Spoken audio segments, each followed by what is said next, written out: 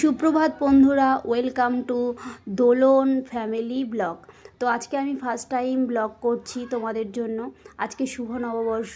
তো আমি সকালবেলা ঘুম থেকে উঠে স্নান সেরে সিঁদুর পরে নিচ্ছি। তো আজকে আমরা ঠিক করেছি যে আজকে রাধা গোবিন্দর মন্দিরে আমরা পুজো দিতে যাব, যেহেতু বছরের প্রথম ভগবানের দর্শন করে আসব। তো আজকের আমি কি করব, কোন মন্দিরে যাব সেটাই তোমাদের সাথে শেয়ার করব। তো ফার্স্ট টাইম যেহেতু ব্লগ করছি, তোমরা আমার পাশে থেকো, আমাকে সাপোর্ট করো।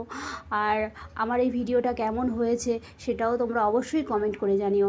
আর আজকে তোমরা কেমন ভাবে ঘুরছো, কোথায় যাচ্ছ সেটা কিন্তু কমেন্ট করতে ভুলো না। আর যেহেতু আজকে শুভ নববর্ষ, তোমাদের জন্য রইল অনেক শুভেচ্ছা।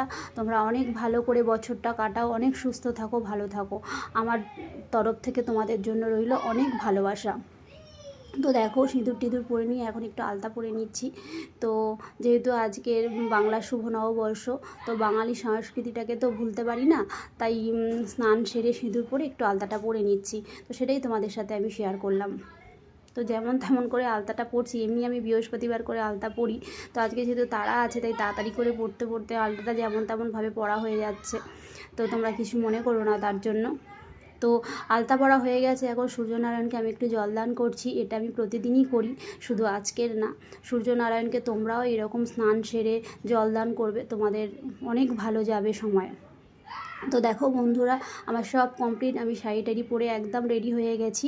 তো আমার এই শাড়িটা কেমন লাগছে অবশ্যই বলো, আর অবশ্যই বলো যে আমাকেও কেমন লাগছে শাড়িটা পরে। তো দেখো, আমরা বেরিয়ে পড়েছি, চলে যাচ্ছি আমরা রাধা গোবিন্দর মন্দিরে। চলে এসেছি। দেখো, এটা হচ্ছে শ্রীনিকার বাবা, শ্রীনিকা হচ্ছে আমার মেয়ে। তো তোমার তো এটা প্রথম আমার যেহেতু ব্লগ, তোমাদের সাথে পরিচয় করিয়ে দিলাম। আর পুজো সেরে এবার মন্দিরের চারিদিকটা আমি একটু প্রদক্ষিণ করে নিচ্ছি, কৃষ্ণ ঠাকুরের মন্ত্র বলতে বলতে। তো দেখো বন্ধুরা, কত সুন্দর মন্দিরটা। আর শ্রীনিকার দুষ্টুমি করছে আর আমার পিছনে পিছনে ঘুরছে। খুব সুন্দর মন্দিরটা, মন্দির চারিপাশটা আমি পরে তোমাদেরকে দেখিয়ে দিচ্ছি। কত সুন্দর মন্দিরটা, দেখবে তোমরা।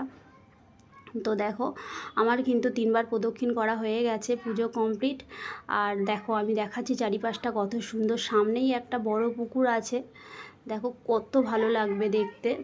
এটা হচ্ছে সোনারপুর রাজপুর মিশ্রপাড়া।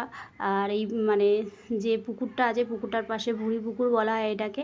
এখানে হচ্ছে কি যে বড় মন্দিরটা করা হয়েছে। দেখো কত সুন্দর জায়গাটা, খুব ভালো লাগবে তোমাদের। আর তোমরা যারা আশেপাশে আছো তারা তো জানোই, আর যারা জানো না তাদের জন্য বলে দিলাম, সোনারপুর থেকে রাজপুরের অটোতে উঠলেই কিন্তু তোমরা এই মন্দিরে চলে আসতে পারবে। তো দেখো মন্দিরটা বন্ধুরা কত সুন্দর। তো আজ আমার ভিডিওটা এই পর্যন্ত। আমার